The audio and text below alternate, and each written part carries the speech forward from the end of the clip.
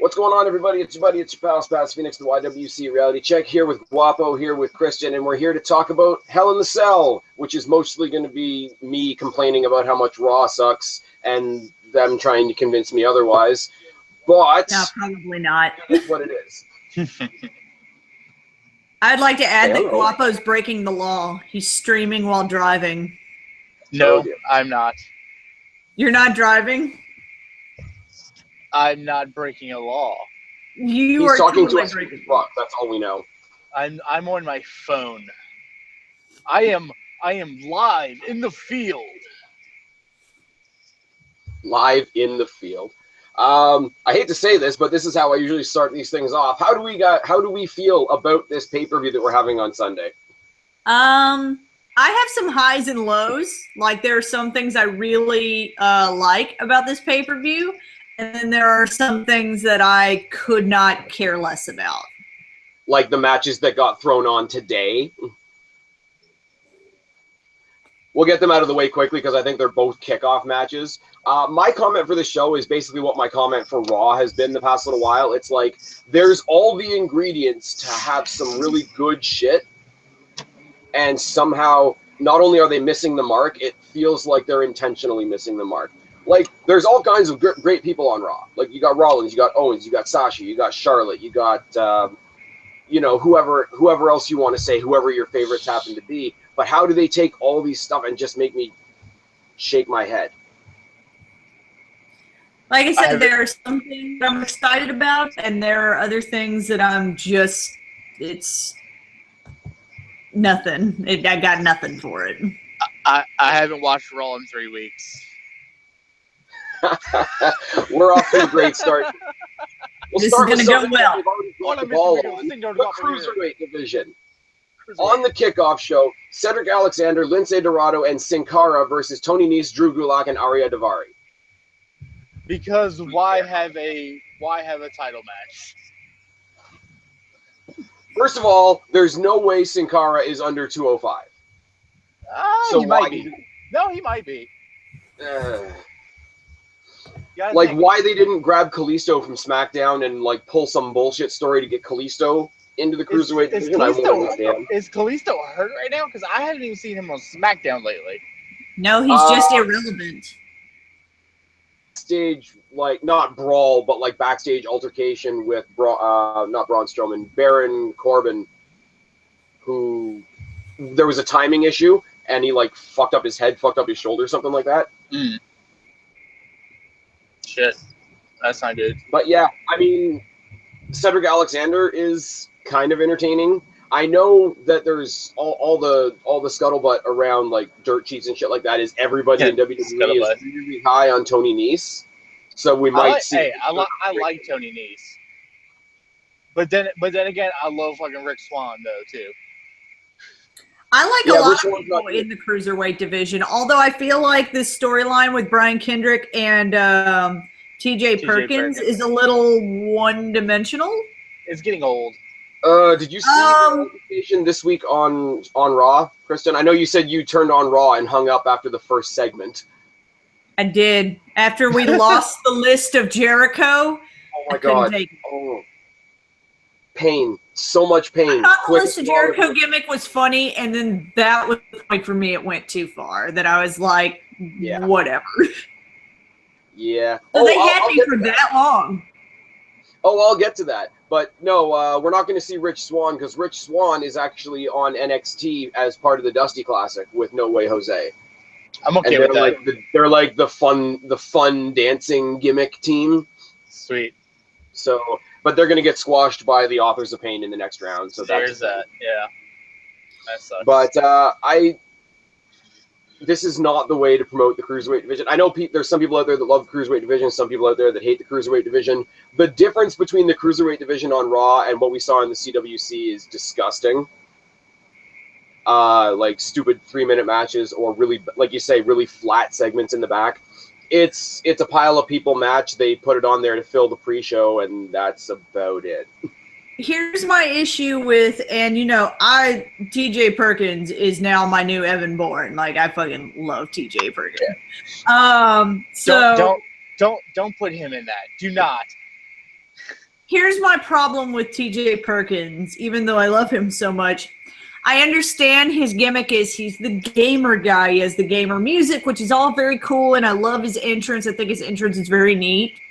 But I feel like he's almost overdoing the character. Mm-hmm. Like he's making it into a cartoon with all the like game over man references. The thing is with that is like it would be okay if they were doing an over the top, like really, really over the top gimmick, but in order for that to be a thing, he's gonna have to push the gimmick harder. And I think that'll like the people out there that are saying that it's dumb are gonna just revolt. Like there's people out there that hate the gamer entrance thing, like with the I love the gamer entrance thing, but I feel like you know, with the lingo in the backstage promos and stuff, I feel like it's a little much. Well, they had to give him a theme for his mic work because his mic work isn't good. Yeah, I will say that. Like most people that knew who he was before the Cruiserweight Classic knew him as Suicide in TNA, where he almost never spoke. He didn't need to. He just won the X Division title, and that's it. He was like the enigmatic silent guy, and he just went and did his work in the ring because the guy's good in the ring. Like let's like boil it down to that, and that's why something like the CWC was good, because you didn't have to, like, there wasn't a story, like the tournament was the story. But now they're playing, like, they're leaning super hard on even though it's true, they're leaning super hard on the fact that he was homeless at one point. And Roddy Raw and Brian Kendrick used to drive him to wrestling practice. And it's, you know, I know that they're trying to do the underdog thing, like, right out of the gate. But you have to make people care first about who he is before you try to push an underdog story. Hello, Cat. Anyways, I don't, like, there's nothing to come out of this. Like I say, WWE seems like they're really high on Tony Nese, so I'm going to say Nese, Gulak, and Daivari just for the hell of it. That sounds like a good one to me. I'm going to go with that, because I don't remember who those three were.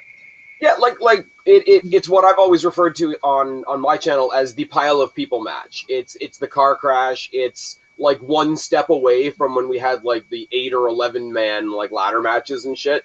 It's like when it's like old Survivor Series when it was essentially team heel versus team face. They just gathered a bunch of faces that weren't doing anything and gathered a bunch of heels that were feuding with those faces, and Survivor Series match. Survivor Series coming up soon. We are gonna. There is one match on that show that's going to be a 20-man match, so we're gonna have a big pile of people match there.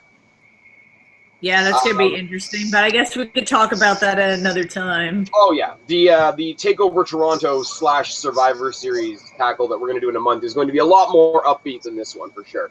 Also, hi Josh. He's in the comments section. Yeah, he's hello one of our Smart Mark brothers. Yeah. Hey, what's up, Josh? Don't know if it's a pre-show match or whether it's on the actual card. I hope it's on the pre-show because I don't care, and I'm sad because it's Bayley, but I don't care. It's Bayley versus Dana Brooke for reasons. Well, here's my thing when it comes to Bayley. I feel like she was maybe supposed. I mean, this is me speculating, so I have no idea. I feel like that maybe she was supposed to go to SmackDown. And then they were terrified when Sasha hurt her back, and they needed a new face for Charlotte to face. So a face for Charlotte to face. I see. And so they panicked. They were going to bring Bayley to SmackDown, I think, and then they brought her to Raw. Bring the Bayley. They brought her to Raw, and then Sasha got better, and now they don't know what to do with Bayley other than put her in the exact same storyline that she's always in, which is they put her against this heel who's like, I'm super hot, and you act like a child. Yeah. I think when we were talking before, Kristen, when you and I used to do the NXT reviews, I always said, yeah, Bayley's going to be great when she gets to the main roster. They're going to fuck up her gimmick horribly. And they really have. They've made her like the like you say, the super baby face, the female Cena, whatever. I don't know how else you want to say it. She is kind of pulling the underdog, lovable, everybody's next door neighbor type thing. Mm-hmm. on Raw, it's kind of translated into her sounding, and I'm not making a judgment on the talent, but the way she cuts her promos a lot of the time, she sounds kind of pathetic.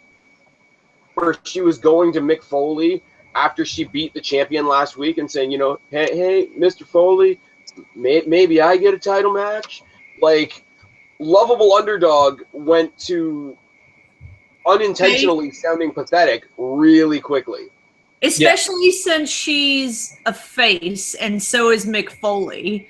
Like I could maybe understand that sort of like demeanor if she would say, go up to Stephanie, this is the boss's daughter, this is the commissioner of Raw, she's known to be kind of bitchy. I could understand you do the little intimidation kind of thing.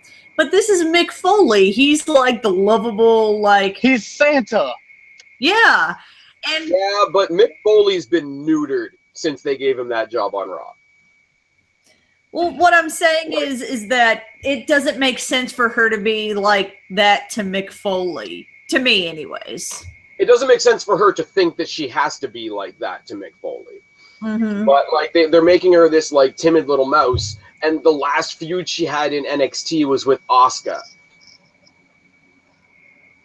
So, and like just a brief thing, like Guapo, you said you haven't watched in a couple of weeks. Kristen, you didn't watch last night. A week ago on Raw, they had a match. Dana Brooke was supposed to win the match by cheating and putting her feet up on the ropes, but she fucked up and didn't put her feet on the ropes. So what we got was Dana Brooke getting a legitimate win. A clean win over Bayley. So then they had to do a thing this week where they did the whole, like, Triple H and Steiner back in the day. I'm not going to have a match with you, but we'll have an arm wrestling match because Bayley's shoulder got fucked up in the match last week. So it's like, here's, big bodybuilder Dana Brooke for testosterone. She's going to have an arm wrestling match with this obviously smaller girl with an injured arm, switches it up and lets her go. Who is NXT champion? Just saying, NXT Women's Champion. Who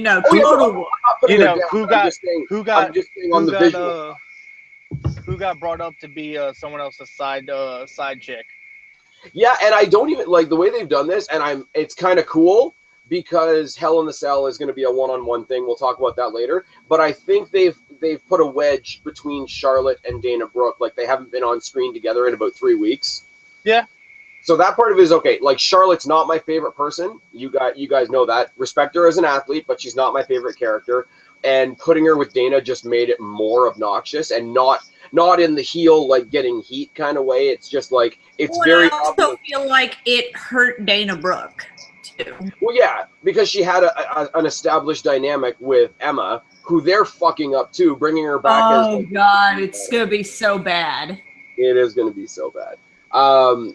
Emelina? Is that what they're calling yes. it? Emelina is going to be terrible. Like, I'm never going to complain about seeing Emma on my TV in a bikini. Like, that's a thing. But at the same time, they're going to fuck up her character. It's going to be terrible. And Dana Brooke is kind of left floating, which is also terrible because they started with Bayley. Yep. They during the entire Joshua just said it in the chat. During the entire arm wrestling segment, there was "This is stupid" chants and boring chants at a story that involves Bayley. Yep. That is a travesty. So I guess they have to now because in the story it's going to go down that Dana Brooke got a legitimate victory over Bayley. I guess they sort of booked themselves into a corner where they have to push Dana, so I'm really scared they're going to put Dana over on Sunday. I still see Bayley going over only for the pure fact that no one really likes Dana, and she's not really going anywhere at the moment. Yeah. I do wonder, like, because as we know, not everybody watches NXT, I do wonder what the, like, casual audience thinks Bayley is. The audience that never really watched NXT at all? Yeah. That's weird, yeah. I don't know. I feel like this is the same buildup she got in NXT before she got her serious side and started. No, because even in NXT, whenever she was still a little bit more childish and stuff like that, she was never this bad. She at least had the ball. And when she at least had the put ball up, it was to fucking talk to Regal and say, "Hey, I want this match." But the way they introduced her in NXT was when Emma came back. And Emma was telling Bailey, like, you're a fucking idiot. I tried to do the nice girl thing. I tried to be the good guy, make everybody happy. It's not going to work out in your favor. Just look what happened to me. And the way that, like, babyface Emma and Bailey were in their beginnings were the same. So that was a story that made sense. Be like, look, I did what you're doing. It doesn't work. And then Bailey proved that it did work.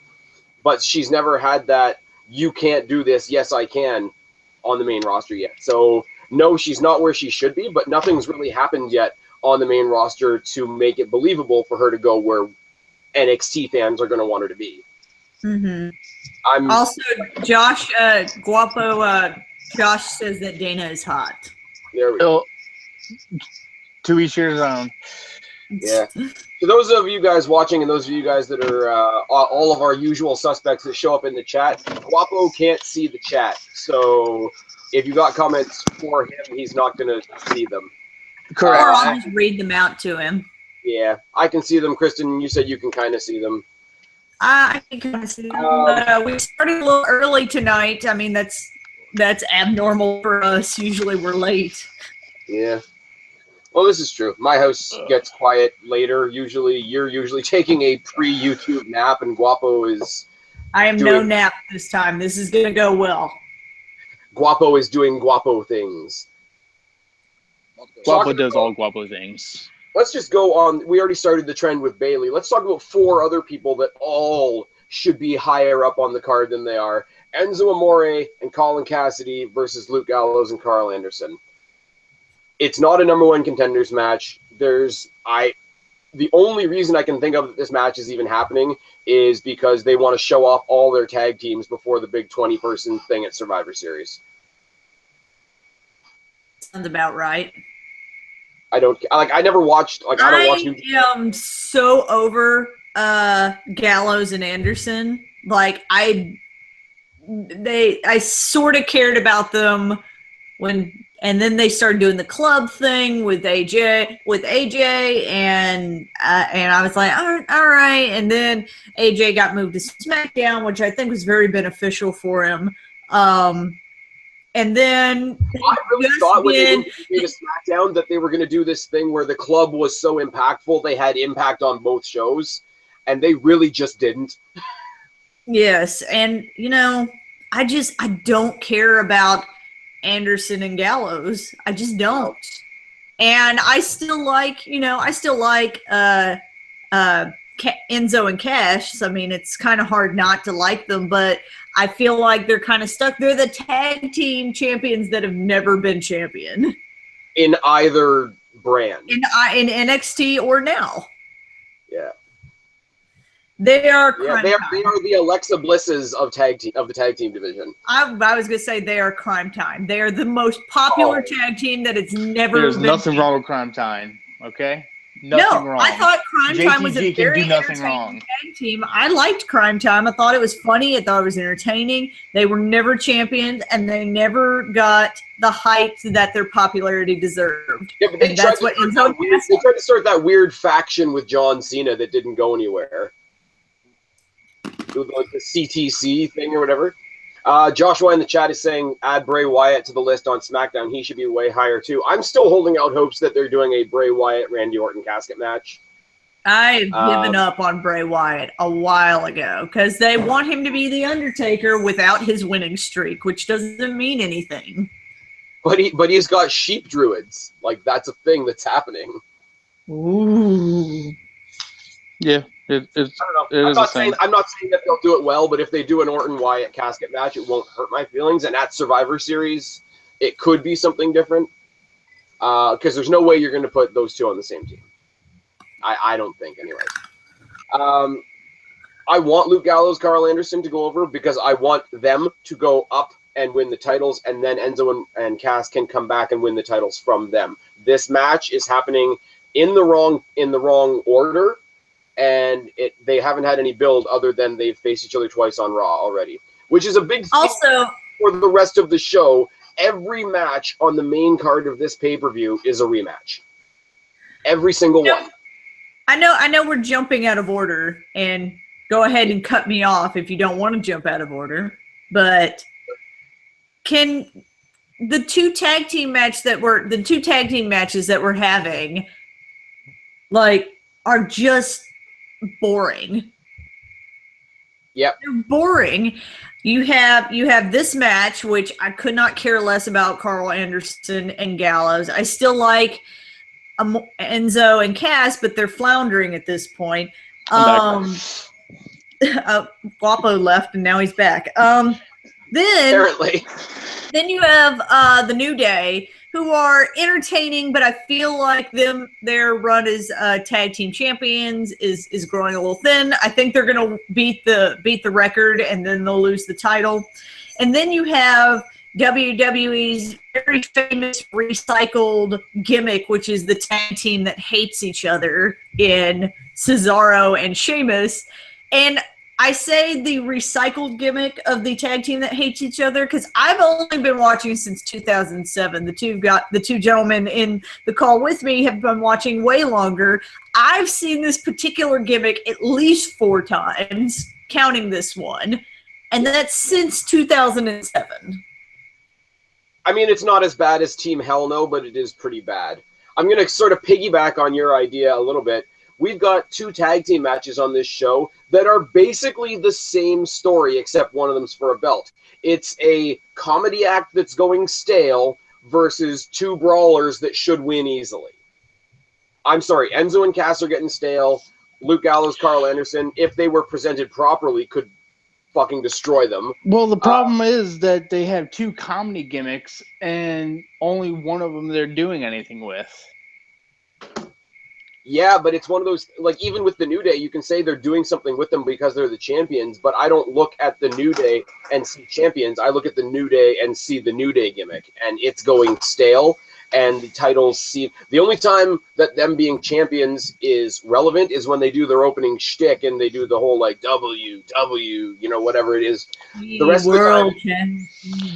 And I'm sorry, what kills the New Day is what's been killing the New Day since the very beginning, and it's basic Wrestling 101. If there's a numbers advantage, the numbers advantage goes to the heels. How do I feel bad for heels that are suffering from a numbers advantage from the baby faces? That is the flaw that has been the flaw in the New Day since the gimmick got brought together. Well, I think the gimmick was always meant to be heel, and then they got popular. Yeah. If you ever heard their interview on Talk is Jericho, they told Vince, they're like, no, this is corny and sort of cliche. People will latch onto this. People are not going to hate this. They might not like it. They might be indifferent to it, but nobody's going to boo this. And they told them that from the get. And then eventually they were like, okay, go with it, be baby faces. I was going to mention this with TJ Perkins, and I'll mention it too with the New Day because I feel like it's the same thing. The New Day gimmick and TJ Perkins, like, gamer gimmick, I feel like are gimmicks that somebody brought to Vince, and he was like, well, I don't understand this newfangled bullshit, but the kids seem to like it, so let's slap it on a t-shirt and fucking do this. Oh, she has a point. Anyway, to me. So, yeah, Enzo and Cass have been fighting Gallows and Anderson on Raw the past 2 weeks in singles matches. So this is essentially a rematch with no stakes. The actual tag team championship match is the New Day versus Cesaro and Sheamus. First of all, the whole, like, neither one of them won the best of 7, so we're going to make them a tag team is like, fuck all you fans. We made you watch 7 matches for nothing. Yeah, I knew that was going to end in nothing. And here's the thing. This was the only match on the card that wasn't a rematch. It was the only match on this card that was, hey, we're seeing this for the first time. And then they did it on Raw this week. Because so why reasons. No, but, like, legitimately, why do I care? Because WWE tells you to care. But I don't. Like, Cesaro's not going to be heel. So, like, and New Day's promo... And they've not pushed him as heel. They've not pushed him as heel. But here's the thing, though. Because of that, New Day has only been going, like, half strength with their promos. Their promos have been, like, putting over Cesaro and insulting Sheamus. which doesn't work to build a tag team match. My one thing that I like about Cesaro and Sheamus is the fact that even when they come to the ring together, like, and they're only able to use this with the push of social media nowadays, they're streaming themselves not watching their tag team partners match. And see, that's not even them. That's just WWE being, look, we're hip, we're cool, we can do Facebook Live. I think it's kind of funny, but it's not funny enough to me to save the very stale gimmick that is the tag team that hates each other. Yeah. And it's again, like, they did the best of 7 because they had nothing for Cesaro and Sheamus. The fact that they've gone now to this just reiterates the fact that we kind of still have nothing for Cesaro and Sheamus. But we know people like Cesaro, so we gave him this. Yeah. But you still have to be force-fed Sheamus. Josh in the comments keeps talking about how we need to get rid of the 3-hour show for Raw and go back to 2 hours, which is what we've been saying for, fucking years now? Since it went 3 hours? Even if they took the first half hour and gave us, like, one good cruiserweight match and, like, one token match from the NXT roster and then went on with the rest of the show, even that would, like, at least dice it up a little bit. But it's just bad. Like, all of it is just bad. No, there's some parts that are redeemable for me. Yeah, the cruiserweight matches, when they get to be good, the women's division, except, like, the fact that I have issues with that I have with their Hell in a Cell match, and I'll get to this later, have nothing to do with Charlotte and Sasha. Yeah, has to do with other stuff going around that match. But it's like the main event scene could be fixed really quickly. The small issues that I have with the women's division could be fixed really quickly. The cruiserweights are good when they let them be good. This is what I said at the beginning of the video, where they have all these good potentials on Raw, and they're just not meeting them. I got nothing else for it. The other thing that's rumored that might be happening on Sunday is another rematch from Raw this week, and that's Braun Strowman versus Sami Zayn. That's a match I don't get either. They're just like, shit, everybody likes Sami Zayn. We need to do something with him. Let's make him Rey Mysterio. Yeah, if they start, and you took the words right out of my mouth, if they start doing the Mysterio shit with Sami Zayn, I'm going to say fuck them. Like, their match on Raw was basically... the underdog without the mask. Yeah, but not even, like, he's not even El Generico, is that what you're saying? No. I'm saying that he is the Rey Mysterio gimmick that Rey Mysterio always had, which is that he is the underdog in every single match that he's in, which I found it funny because I was like, how many world fucking titles do you win before you stop being the underdog? Which is, I think, the same argument that you have had with Daniel Bryan. Yes. How many titles do you win before you're not an underdog anymore? I'm just saying, like, okay, first of all, if you're going to make the Rey Mysterio reference, you have to say he's Rey Mysterio without the steroids. But more to the point, I do like that they didn't have him Superman over the Giant. Like, if you picture Rey Mysterio back in the day over Big Show, he was getting ridiculous wins over the Big Show. He went into this match with Braun Strowman. I don't like Strowman. Strowman's a useless lump of whatever. But he went in and basically got in 2 or 3 flips. And then Braun Strowman just looks like he's like, okay, it's going to be my turn now. Drags him out of the ring, throws him into the wall, and leaves. Like, fuck this guy. I need to. But if we see this match again on Sunday, I'm going to be like, why? I mean, first of all, you know, with the popularity of Sami Zayn, whether you like him or whether you don't, he's fucking somebody's wife. That he's not in a better spot than fighting Braun Strowman. Mm-hmm. Like, Braun Strowman so far, since he left the Wyatts, has fought Jobbers, Sin Cara, and Sami Zayn. Although Braun Strowman did launch the career of James Ellsworth. This is a true thing. But, you know, James Ellsworth was going to go over by himself anyway. James Ellsworth is not something I really want to talk about. Okay. Another rematch. for the Cruiserweight Championship, TJ Perkins versus Brian Kendrick. A match that was ruined on Raw. Not because they had a match, but because the number one contender for the Cruiserweight Championship, Brian Kendrick, lost to Rich Swann. So Rich Swann should be the number one contender now. Not only that, went to the back after his match, very distraught, talking to TJ Perkins, talking about their history and how much he used to friggin' like drive him to practice, you know, before when he was a kid and whatever. Starts crying and asks TJ to let him win on Sunday. Well, it's to push, like, if I don't win the title, I'm going to fade into obscurity gimmick that he has, which I think is a interesting gimmick. But how many times do you have to lose before that gimmick doesn't make any sense anymore? Like, clearly you haven't won the Cruiserweight title, and you're still here.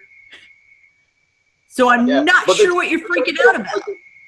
They're trying to make it a battle. If you listen to the commentators, and the only one I can really stand on commentary on Raw is Corey Graves, but they're trying to sell the whole, like, you know, it's the captain's hook versus the leg bar because, you know, both of these guys have their standard submissions. 30 seconds later, Rich Swann rolls the captain's hook into a quick roll-up on Brian Kendrick and gets the win. Yeah, I feel like that was a mistake. I feel like that was bullshit.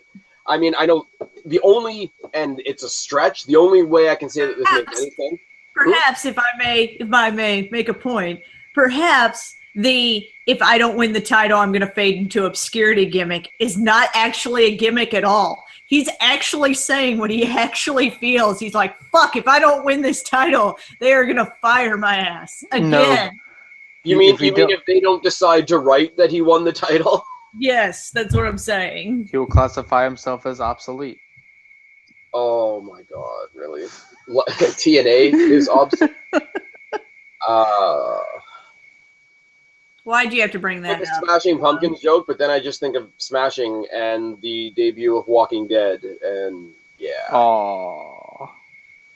I'm guessing we all saw the debut. Too soon? Of Walking Dead. This is Kristen's way of saying she doesn't watch Walking Dead. Let the hate fall. I quit watching after they all left the I prison. watched the first 3 seasons. Okay. And because I was watching them on Netflix or wherever I was watching them, because I like to binge watch instead of watching week to week. If I watch too much Walking Dead in a row, I start to get paranoid in my own house and be like, you know, I haven't seen a real human being in a while. Are you kind of jumpy? But, Yes. Guapo, I'm going to make one really bad joke, and then we're going to get on with life. Where does Glenn like to go for fast food? Where? I even know that this is bad because I know what the. Go ahead. Popeyes. Boo. I'm going to get another drink for that one. Oh, Lord. I can't even, Spaz. I can't even. Hey, you guys. Okay, let's talk about something instead that makes us wish that we'd been bashed over by Negan's bat. Once again, for the United States Championship, Roman Reigns versus Rusev. But this time it's in a cage, guys. Nobody cares! Wait, what's in the cage? I'm sorry. I completely blanked out for a second there. Roman versus Rusev. Once again, I'm blanking. Yeah. I just don't care. Yeah. The thing is, you want to know what's really sad about this? Is these guys, a couple months ago, had a really good match on Raw. I don't particularly like Roman Reigns. Nobody particularly likes Roman Reigns. But Who these does guys, like Roman Reigns? But I will give credit where it's due. They had one really good match on Raw when it was non-title and it was for Lana's honor or whatever. And then they went on to SummerSlam where the match didn't happen. And then you went on to whatever the fuck the next pay-per-view was where Roman got the win that we knew he was going to get. And this will be number 4 or 5. So it's I not feel even like Finn it's not Balor even a getting rubber match injured. anymore. Or I feel, was it Finn Balor that got injured? When did they bring Roman back into the fold? Roman's always No, Finn Balor was in it before when they brought Roman back in. No, Finn Balor got injured. They had to pull Roman out of that match to kind of, feud a little bit. And then they put him right back in the same storyline like nothing fucking happened. Well, Finn Balor on his debut on Raw won that 4-way and then beat Roman Reigns to become the #1 contender in the first place. So there was that. But I mean, like, they've been so on and off with this. They've shown it to us so many times, and it's. Oh, and I'm going to say this about all 3 matches. I would care more about any of these matches being in Hell in the Cell if the pay-per-view this Sunday wasn't Hell in the Cell. Like, you remember, okay, not that Taker versus Shane was like a 5-star classic, but like when Vince McMahon announced, you know, you're going to take on Undertaker and it's going to be in Hell in the Cell. That was a big announcement. It's like, you're going to fight them in the cage this month because it's October and that's what we do. Like, it's fucking retarded. Well, unfortunately, it's what happens, I feel like, when you name your pay-per-view after a gimmick match. You feel like, I need to have as many of that gimmick matches as possible. It's like when they had a pay-per-view named Elimination Chamber, and so there were like fucking 3 Elimination Chamber matches. It's coming back next year. It's kind of overwhelming. So it's coming back next year. Get used to it. Well, what I'm saying is Hell in a Cell's the same thing. Like, you have 3 matches, one of them being a historic one, but the other 2 just being Hell in a Cell matches. TLC is the same thing. Money in the Bank is the same thing.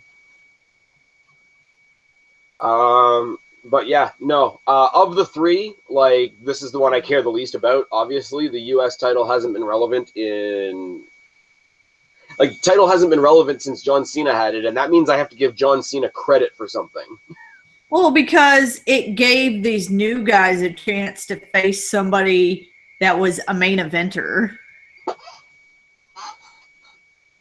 Yeah. Joshua says Extreme Rules, but at least Extreme Rules is vague, so you can go any number of directions with that. Hell in the Cell, gee, I wonder what match we're getting. Elimination Chamber, to Kristen's point, the only time they didn't do that was when they booked the awesomeness that was Ryback in an ambulance match. I don't even remember that. That's how awesome that was. Yeah, that's about right. No, the only reason I remember it is because not only did they put an ambulance match on the Elimination Chamber gimmick pay-per-view, they made it the last match of the night. I must have blocked that pay-per-view out of my mind. Well, it was John Cena and Ryback. How good do you think? Well, then, yeah, I definitely blocked that pay-per-view out of my mind. At this point, I'm going to say Roman Reigns only because keep him away from the main event scene. Kristen? I'm for Roman Reigns, and I'm also for ending this feud. Here's the thing, though. I want to keep, as much as I don't think Roman deserves a title at all right now, keeping the U.S., like I said a second ago, keeping the U.S. title on him keeps him out of the main event thing. But how do you keep him busy? Who would you put him up against next? Like, to keep him busy and keep him out of the main event. Without the title or with the title? If he's got the title, who's he defending it against next? Sheamus, whenever they end this stupid team that him and Cesaro are on. Oh my God. No, Jack Swagger. No, he's on SmackDown. No, he's on SmackDown. He got promoted to SmackDown. Shit, I don't know. I guess, yeah, Sheamus, or they try to push some random person. How about we get a real classic Roman Reigns versus Braun Strowman? There you go. I think I'd rather watch paint dry. Braun Strowman versus Mark Henry. Paint dry. For the U.S. title. Nope. Yeah. Okay, so we're going to do this in this order. WWE Universal Championship, Kevin Owens versus Seth Rollins inside Hell in the Cell. The match that is basically booked around and his clipboard, neither of whom are in the match. I don't feel like it's been booked around Chris Jericho and the clipboard, though it has been an add-on, definitely. But, you know, they had their differences before Chris Jericho showed up. They just kind of wanted to keep the Chris Jericho is Kevin Owens' best friend gimmick going. So, obviously, Jericho's probably going to show up, try and help Kevin at some point. But I'm actually excited for this match. It's going to be a great match. I don't know who's going to win. Jericho's going to turn. That's my prediction. And either you're going to have Owens versus Jericho in Canada at Survivor Series for the title, or I feel like that's wishful thinking on your part. It's quite wishful. Oh, it is. Or it's going to be Kevin Owens versus Chris Jericho at Survivor Series in Canada because he cost him the title, and Rollins is going to go off and do something else. The only reason I think Owens is going to keep the title is because they are apparently fast-tracking a lot of stories that were initially penciled in for WrestleMania, one of them being Goldberg-Lesnar, the other being Rollins versus Triple H. I wonder why. I don't know. I think there's a couple of things. I mean, there hasn't, like, okay, this is more on my side of things, but they haven't done a major pay-per-view in Canada in a long time. I think they're sort of trying to get that, okay, we've got WrestleMania, we've made it as big as we can make it, we've helped SummerSlam, like, try to catch up, and you can see how they're trying to book the Royal Rumble in the huge stadium in Texas that you're going to. So I think they're slowly trying to elevate all of the big four pay-per-views. And if you listen to any shooter, be it like the three of us or anybody else here on YouTube or anybody else anywhere else on the net, of the big four, Survivor Series is the one that's really fallen down. Yeah, it is the weakest of the big four. Like, you could have slightly less blockbuster matches and people will still be fully invested in WrestleMania. You can have less, we were talking about it before we came on air, the rumor of the AJ Styles versus Shawn Michaels match at the Royal Rumble is going to be huge if it happens. But they people will watch the Royal Rumble for the Royal Rumble match. Well, that's exactly my point. Like, there are certain shows that people are going to follow regardless. I don't want to say King of the Ring because King of the Ring really cut the crowd down the middle. Some people loved it. Some people didn't give a shit. But SummerSlam is basically WrestleMania and a half as far as the year goes. It's the other big show, and that's all it really needs to be. Royal Rumble sets the tone for everything right at the beginning of the year, plus it's got the Royal Rumble match. Survivor Series... And it leads up to WrestleMania. Yeah, well, that's what I mean. Like, there's a direct link from Royal Rumble to WrestleMania. There isn't necessarily a direct link between Survivor Series and anything, because it's really hard to get people into the elimination matches now because there's nothing on the line. Like, if you said the winner of this elimination match is going to get a world title shot, then you're sort of letting the crowd know in advance there's only going to be one winner. And, I mean, you could have a team go clean sweep and have all five of them win. I know this is going to just hear me out when I say this thing. Hear me out before you completely shoot it down. You know what match would actually be great for Survivor Series if you made Survivor Series an elimination type pay-per-view? The Scramble match. And I know it had one heyday. Scramble match. You mean the cruiserweight scramble match where one person gets pinned and the next person comes in? It was a very short-term gimmick when Mike Adamle or whatever his name was, the worst GM ever. And he came up with this match, and it was It was a 5-person match, and it went on for 30 minutes or something like that. It had a time limit. And what would happen is everybody would come in, whoever was champion, and if somebody got pinned, that person was champion, but the match kept going, and so you kept trying to pin people throughout the match until time ran out, and whoever was the last champion won the match and won the title. It could work, but again, the whole predictability of, okay, in 20 minutes this is going to be over. The problem I always thought it was a match that could work, and it didn't get. It definitely had some rough edges that needed to be fixed, but. Yeah. The problem with that is the same problem as the Elimination Chamber runs into is, if you're building a title match between this person and this person, they have a story, or at least this person did this to become the #1 contender and they built on it. Triple threat, you've got a feud and then a third guy sticks his neck in, you can still write the story. It's hard to write a 5 or 6 person story. Other than, okay, one week where we had nothing else to do on Raw, we had 5 qualifying matches. Which, side note, Brian Kendrick is the longest reigning champion in scramble match history. The one time that they had it, Oh dear God. because it was when he was doing the Brian Kendrick gimmick, They're and still calling him Brian Kendrick. he had like, I don't remember who it was, but he had like a Diesel character who was his bodyguard. Oh, Big Z. Oh, Zeke. Ezekiel. Oh, yeah, Ezekiel Jackson. It's terrible. I remember that. I remember shit. Yeah, you do, I guess. But yeah, like, no, it's one of those things, like you say, it could be good, but it's like a really small scale of like the chances that it would be good and that somebody in WWE can book a match that good. So I think it got scrapped. I think the concept as a whole got met by, huge fail from the audience. So Just like but getting everything back else. to the actual Universal Championship match, I'm saying friggin' Owens is going to hold it. Owens Either- retains. I Either agree. Jericho's going to try and cost him the match and fail, or we're going to see Triple H again, because this is the worst sort of Triple H came in, handed Owens the belt, and then we haven't seen him since. Well, So- what you're saying is true, and they are pushing Rollins Triple H to Survivor Series.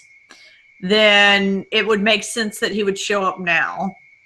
I still feel like it is a WrestleMania caliber match that they need to have, but if you're trying to It would build also, up it would also Survivor kind of make sense because it's you've a good way to heard do it. Triple H in interviews, and this is where I think Triple H is wholly friggin' arrogant, like on point. He truly believes that over The Undertaker, over Mick Foley, Hell in the Cell is his match. No. I would call Yeah. bullshit on that. I'm going to call a big false on that one. Yep. Same. But I'm saying Owens is going to win because Rollins, we're all predicting, is going in another direction. Who he fights after that, I'm saying Jericho, because even if Jericho tries to screw him over and fails, you can still build that into a match. And Jericho's over his shit right now with the list gimmick, so it could work. Well, and also Kevin Owens and Jericho, I mean, that's going to Is be awkward. a great match. Oh, of course it is, yeah. Unfortunately, you would have to turn Jericho babyface, which I like Jericho's babyface. Some people prefer him as a heel. I like Jericho in all shades. Yeah, you do. But in WWE anyways, I can't think of a time where he's been like purebred Snow White babyface. I think what happens is he comes in with a heel gimmick, people start to love it, and they just start booking him against heel opponents. false. When he came back in 2007, pure babyface against Randy Orton. Okay, fair. Sparkly vest Jericho. Oh my god. You usually have to identify Jericho returns by what outfit he decides to wear. That's- Like you have original or Jericho in this debut, case, what which is the accessories top he's knot. wearing. I will say, as much as I hate what Mick Foley has turned into on Raw, the diatribe between Mick Foley and Jericho is always pretty killer. Well, yeah. Like his diatribe with Mick Foley is what started the list, really, and the whole like you just made the list is a clipboard with a list of Jericho's personal gripes on it is the most over thing on Raw. Yep. And All I remember don't know. with Jericho and Mick Foley is that when Mick Foley was inducted into the Hall of Fame, it was my favorite moment of that Hall of Fame year. He's giving a speech and he's talking about, I only have one regret in my career that I never beat Chris Jericho. Yes, I never beat Chris Jericho, and then they fucking have a match Jericho up on the stage. And CM Punk had the pin, didn't he?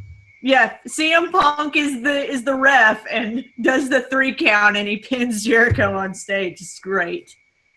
And he read Jericho's books, which of course I have. If you've read Jericho's books, he throws little stabs in there at Mick Foley. Anytime he talks about Mick Foley, he'll put in parentheses, who has never once beat me in a match. Nice.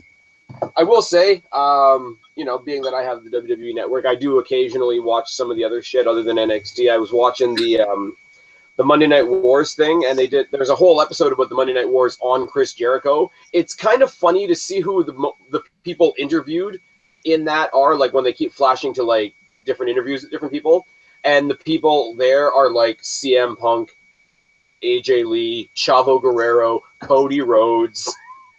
And it's like, yeah, none of you are here anymore. Just no. I mean, they interviewed Goldberg too, but like Goldberg just came back.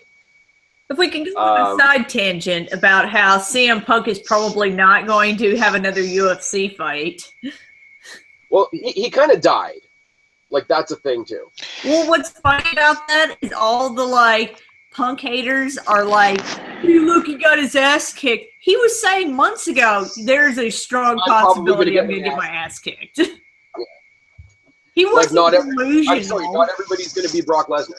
Like, he wasn't delusional. He wasn't like, I'm going to come in, I'm going to kick everybody's ass. He's like, I'm probably going to get my ass kicked, but maybe I won't. I don't know. We'll see. Josh in the chat is like, who cares about CM Punk, though?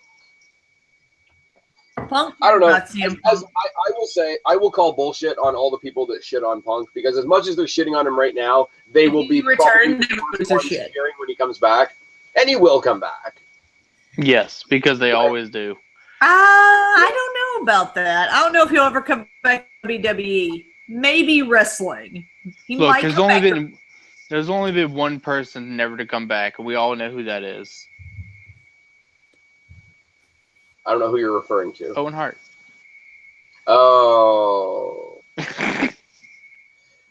That's... No. You can't see me, Guapo, but I'm shaking my head at No, you. I can see you. I'm home. Nice. Anyways, we're going to awkwardly transition away from that to what might be, maybe, sort of rumored to be the main event, and Should be the main event. Sasha Banks versus Charlotte, who they're now sometimes calling Charlotte Flair, Hell in the Cell for the Raw Women's Championship. It's gonna be fucking awesome.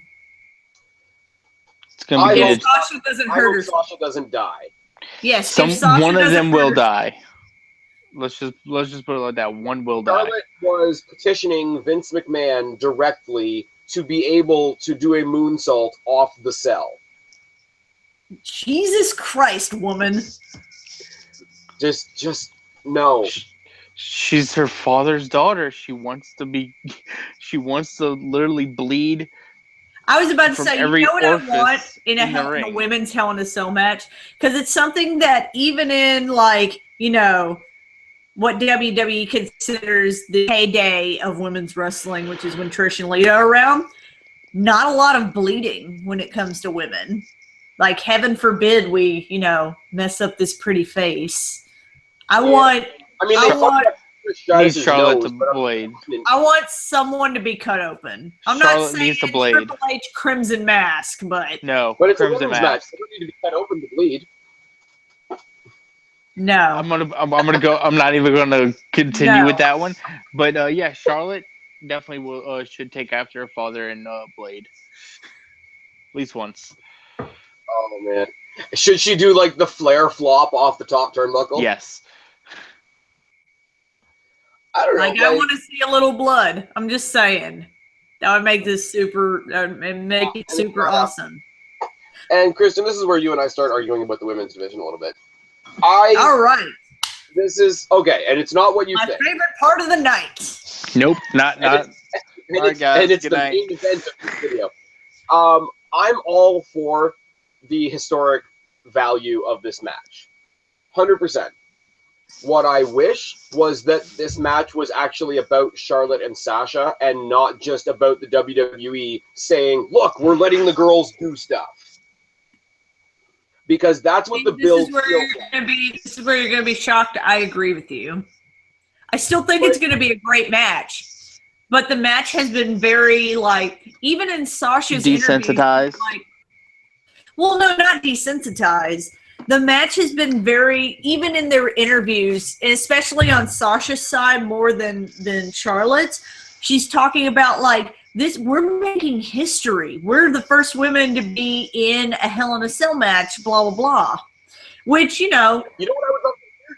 And you know what? That's okay. But you know what I would love to hear out of Sasha? Instead of we're making history, I'm making history. I'm making history.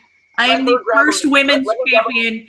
If she would just amend it, I am the first women's champion to defend my title in Hell in a Cell. That's all it needed. I'm the first women's champion to even be willing to defend my title in a cell. That's the part that bothers me. Are they going to have a good, like, they have good matches, obviously. I mean, the match has been done to death a little bit on Raw already. Both times that they really needed to pop a rating, they slapped the belt back on Sasha Banks, which is kind of shitty. Is the match going to be great? Yes, because they have great wrestling matches. When they try to incorporate the cell, is that going to be great? I don't know, because the WWE has never incorporated a cell into a women's match, and I don't know that they will know how to do it. Well, not even just a cell. There's only been one even women's cage match in WWE. I think Victoria and, oh my God. Mickie James? No, I don't think it was Mickie James. But I know Victoria was in Hell in a Cell. Or not Hell in a Might have Cell. been In a cage match. They've only had one women's somebody in cage the match. comments will know who it is. Yeah, if somebody knows who it is, because I'm a little embarrassed I don't remember, but I know Victoria was in it. They've had one women's cage match before. So it'll be interesting to see how the women utilize the cage, because if I'm trying to use my words correctly. Women's matches are different than men's matches in a lot of ways. Whereas men's matches, you see a lot of like physicality. Women's matches are focused on high flying moves, on submissions. There's a lot of flexibility in their matches. Like they show more, because women tend to be more flexible than men. It was Mickie James and Victoria. Thank you. That's in TNA. I'm talking WWE. I was gonna say they've done a couple cage matches in TNA, like back when I was watching. I know there's one with the beautiful people and somebody I can't remember. So in saying that, the beautiful people and Awesome Kong were in a cage match. Yeah, that's what it was. That's fine. Ooh, and it was. I think it was the beautiful Kevin. people and shit, what's her name? Gail Kim. Well, that would be past my time in TNA. But anyway, so that's Side note, how awesome would WWE Gail Kim and Asuka be in a Hell in a Cell match? Hell yes. Well, that would make a lot of sense to me. But a lot of these women's matches are kind of focused on like high flying moves and submissions and all that stuff. Whereas Hell in a Cell, by its very nature, is more of a physical kind of match. Like they beat the shit out of each other. You know, you're throwing people into the cage. People are bleeding. So I would be interested to see how this match in the Hell in a Cell happens, especially if nobody's going to bleed. I mean, but here's the thing too. Like Hell in a Cell is just real, unless you go to the top, which I doubt they're going to do. Hell in the Cell is just a confined, no rules match. So when you talk about them being like great technical wrestlers and such and so forth, win a Hell in the Cell match by submission. Yes. Like we saw Undertaker try to do it with Brock Lesnar.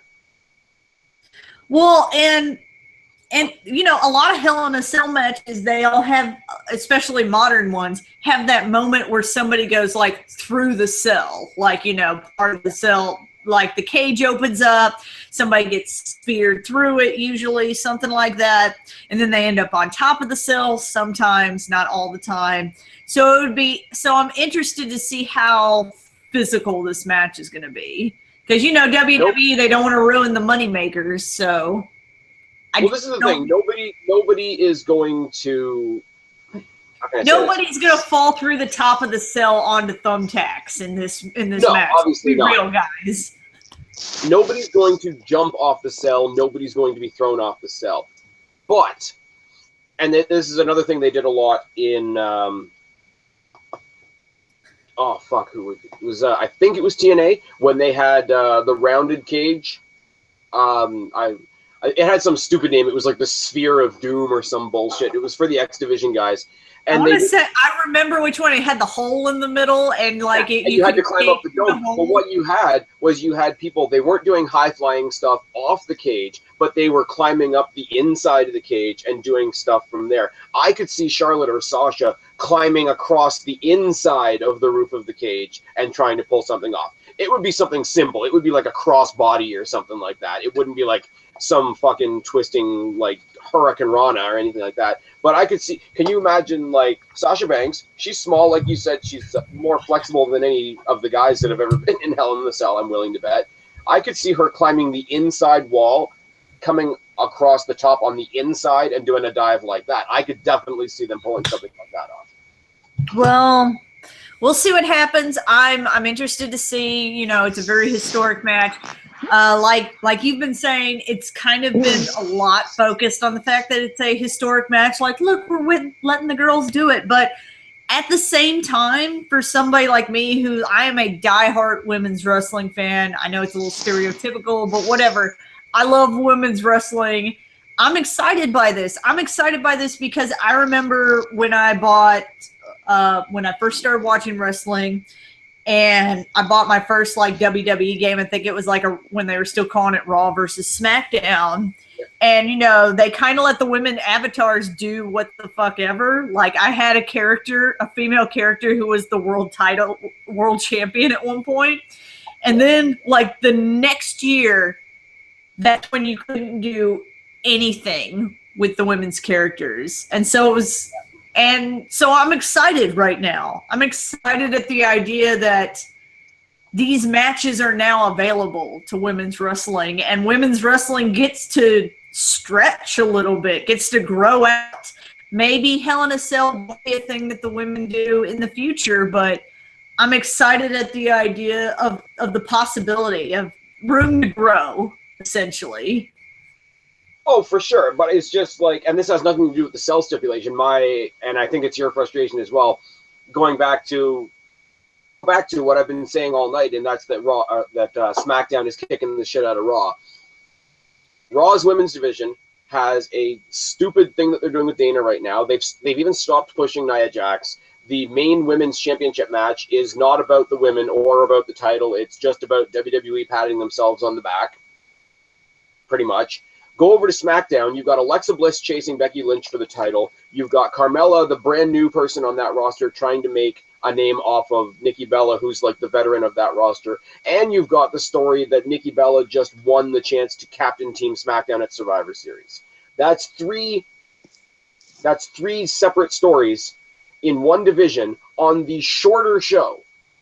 I agree that the SmackDown women's division is a better division, which in itself, the fact that I can have a favorite women's division in WWE is fucking amazing to me.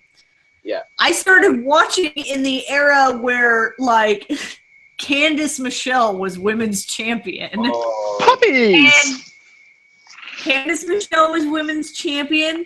And the only time you would even see her near the main event is if she was being in a tag team or intergender match with the world champion at the time. Or she was in the piss break spot before the main event. And so hit or miss, whether it fails or whether it does well is irrelevant to me. The idea that there's this room to stretch in the women's division is just exciting. Oh no, like, don't get me wrong. Like I don't like WWE's reasoning for doing it, but I'm still happy for the women that get to do it. Like I'm not going to shit on the fact that it, like, whether you like it, whether you think it should be or not, you can't change the fact that it's historic. Yes, you can't. And you can never change the fact that Sasha Banks and Charlotte will be the first women to ever compete in Hell in the Cell. And I'm happy for them for that. Yeah. I just wish WWE would play up to them rather than just look what we did, look how great we are. Exactly. And actually, the closing promo that they did on Monday Night Raw this week, the contract signing, was Mick Foley losing his mind and Sasha crying, and because Charlotte these girls didn't understand what they were getting themselves into, which I thought was a kind of demeaning thing. I'm sorry. They're turning Mick Foley into a creepy old man, because when he was trying to get Stephanie to do some good stuff, he went on this big tangent. I remember you when you were a little girl and you were so innocent and da-da-da-da. And then he did the same thing with Charlotte. And then when he's trying to get Sasha all emotional about it, she has to bring up Eddie Guerrero because that's the Sasha Banks And it's like Sasha's legit crying in the ring. Charlotte's kind of crying, but trying to be a bitch. Mick Foley sounds like he's whining. This is right after we saw Brian Kendrick crying and asking to be handed a title. We're selling Hell in the Cell by crying. Lots of Sounds crying like Raw on, to me. Lots of crying on Raw. And I don't even mean the people in the audience. Sorry, Even people Paul in the comment section are asking what happened to the live stream. Oh. We're still Not here. live. Hold on. We're still live. Stream. Yeah, it's still live. Yeah. Anyways. Maybe they're just asking why we started so early. Oh. Maybe so. I didn't put out a notification that this was happening, so like I literally set it up right when you guys said you were ready to go. I literally popped it up there. I don't know. It says we've got 5 people watching, so cool. Sweet. But no, I think they had Charlotte and Sasha, and I'm sorry, Charlotte I've never liked on the mic. Sasha I liked on the mic on NXT, and she's sort of gone down. I think she's better as a heel than she is as a face. Well, that's true too. But I think they sent Mick Foley out there to be the representative of what it means to be in the cell. Because I will say, Rollins in his promos has been like, look, I've got the one up on you because I know what it's like to be in Hell in the Cell. Roman said the same thing to Rusev, and you might not like those stories, but at least there's somebody in both of those scenarios where they can say, look, I know what it's like to be in this match. I'm going to beat you. I have that advantage over you type thing. Neither one of the women. You know, other than the fact that they're getting the women to cry on camera, which, whatever. I didn't watch the segment, so I can't critique it. So basically my only critique of it is what you're telling me about what happened. Yeah. So other than that, Charlotte cries a lot, especially for a heel.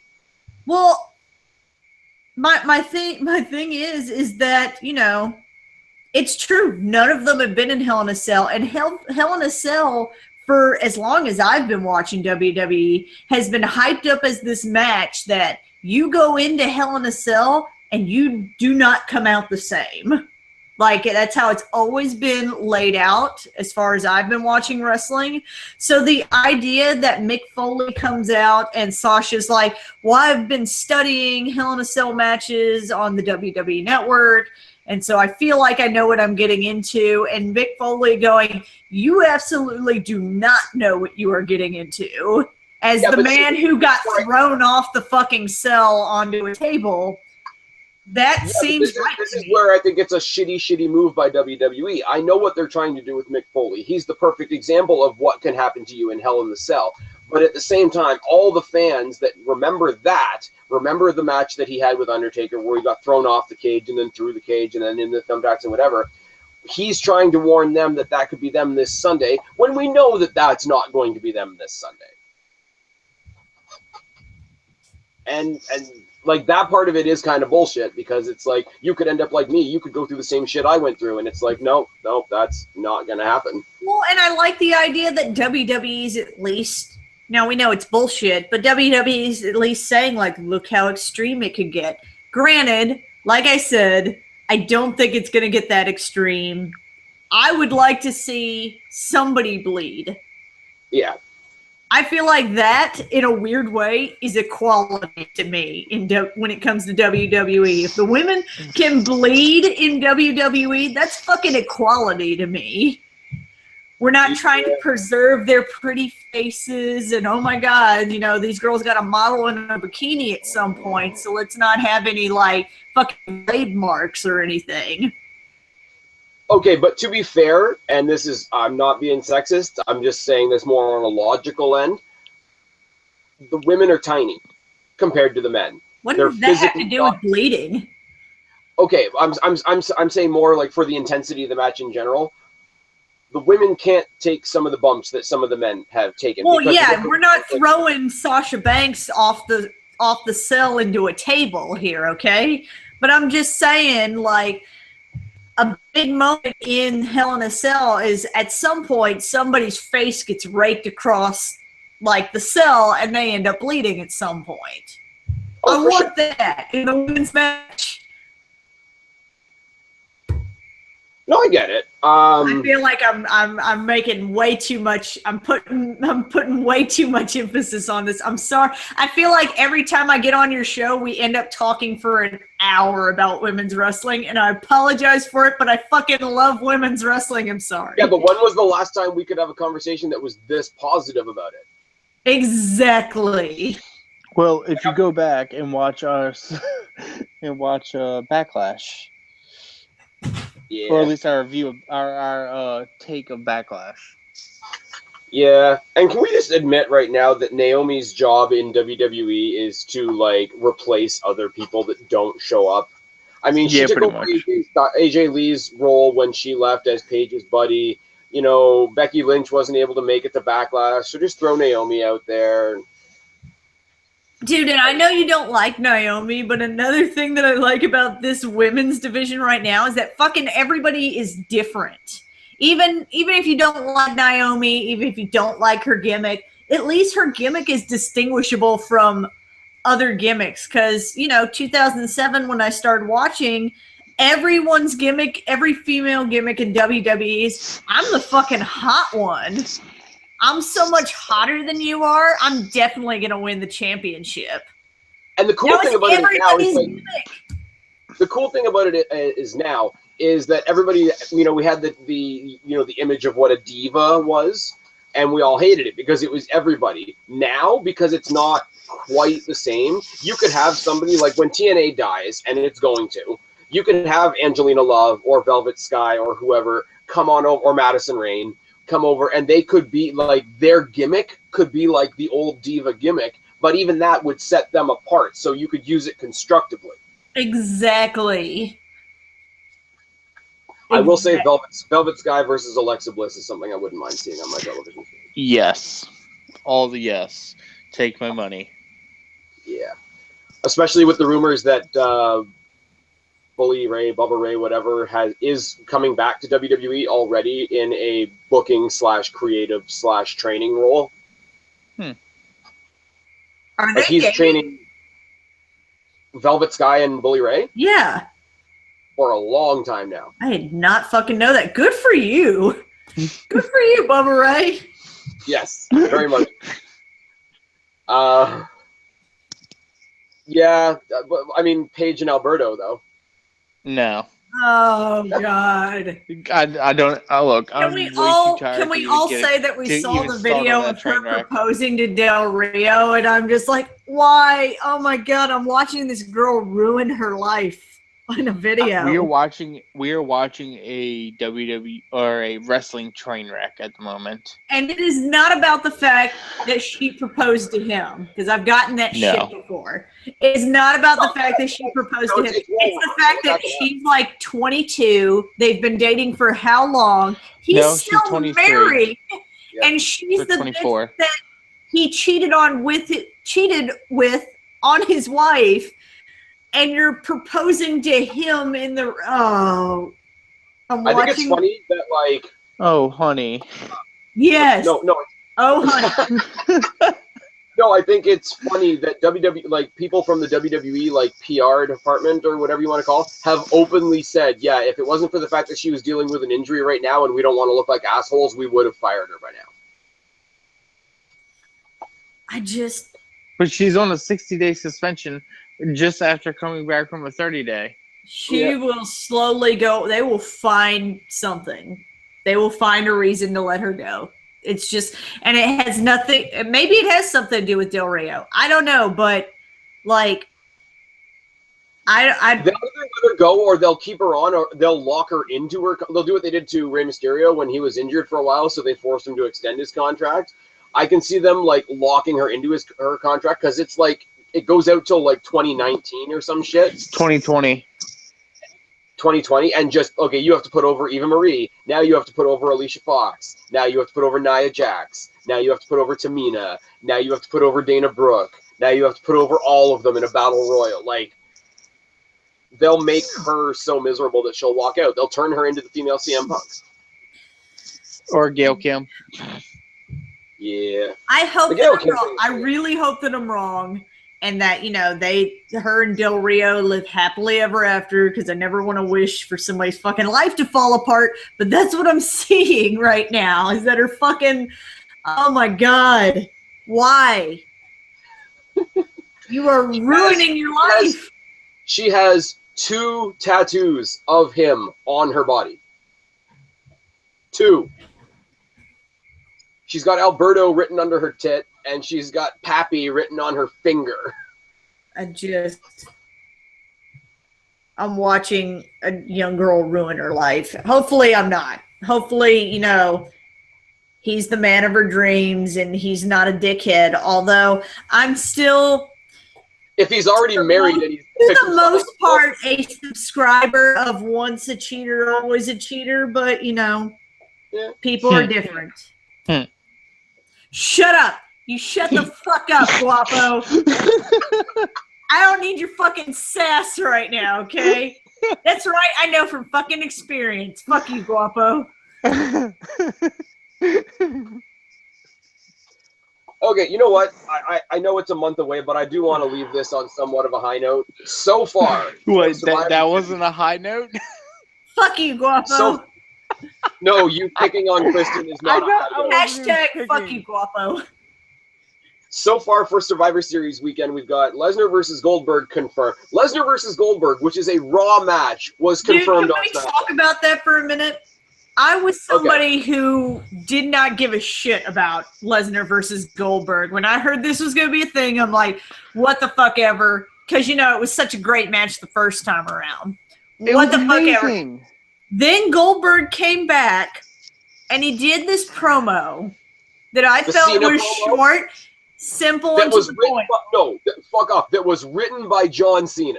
I don't give a shit. I thought it was a great promo. It made me excited for that match.